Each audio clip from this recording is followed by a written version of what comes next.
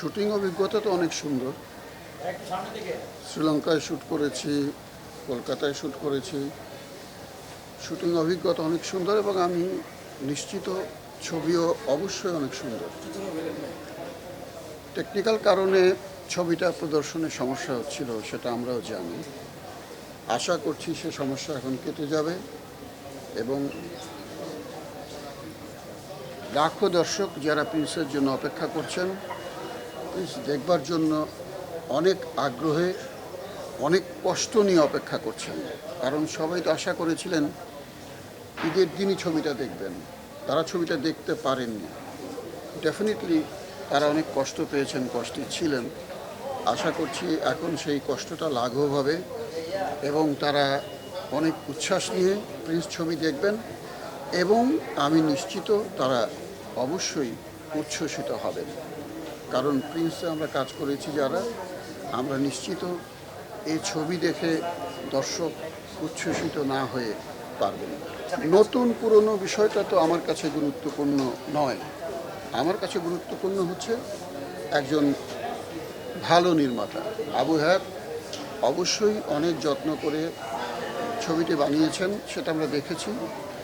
সে একজন ভালো নির্মাতা, অনেক ভালো নাটক বানিয়েছেন, অনেক দিনের অভিজ্ঞতা তার। ক্লোজ আপে এখন আছে জিঙ্ক ফ্রেশ টেকনোলজি, যা জীবাণুর সাথে লড়াই করে দেয় সতেজ নিঃশ্বাস 18 ঘন্টা পর্যন্ত। সুতরাং তিনি নতুন না পুরাতন সেটা আমার কাছে বিষয় না। আমি নিশ্চিত উনি একজন ভালো নির্মাতা এবং অবশ্যই ভালো কাজই করেছেন। দর্শকরা অবশ্যই তার কাছ থেকে ভালো কাজই পাবেন। সাকিব খানের সঙ্গে আমার এর আগেও বেশ কয়েকটি কাজ হয়েছে। তার সঙ্গে কাজ করার অভিজ্ঞতা অবশ্যই অনেক সুন্দর।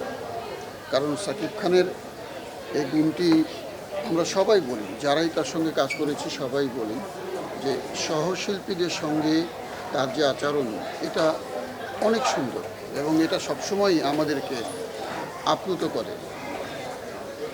কলকাতায় শুটিং হচ্ছে, ছোট্ট একটা দৃশ্যের কথা বলি। সবুজও সে দৃশ্যটা দেখেছে এবং সবুজও আপ্লুত হয়েছে। অনেকক্ষণ ধরে সাকিব খান দাঁড়ান, তো মঞ্চে আমি অনেক পরে এসেছি।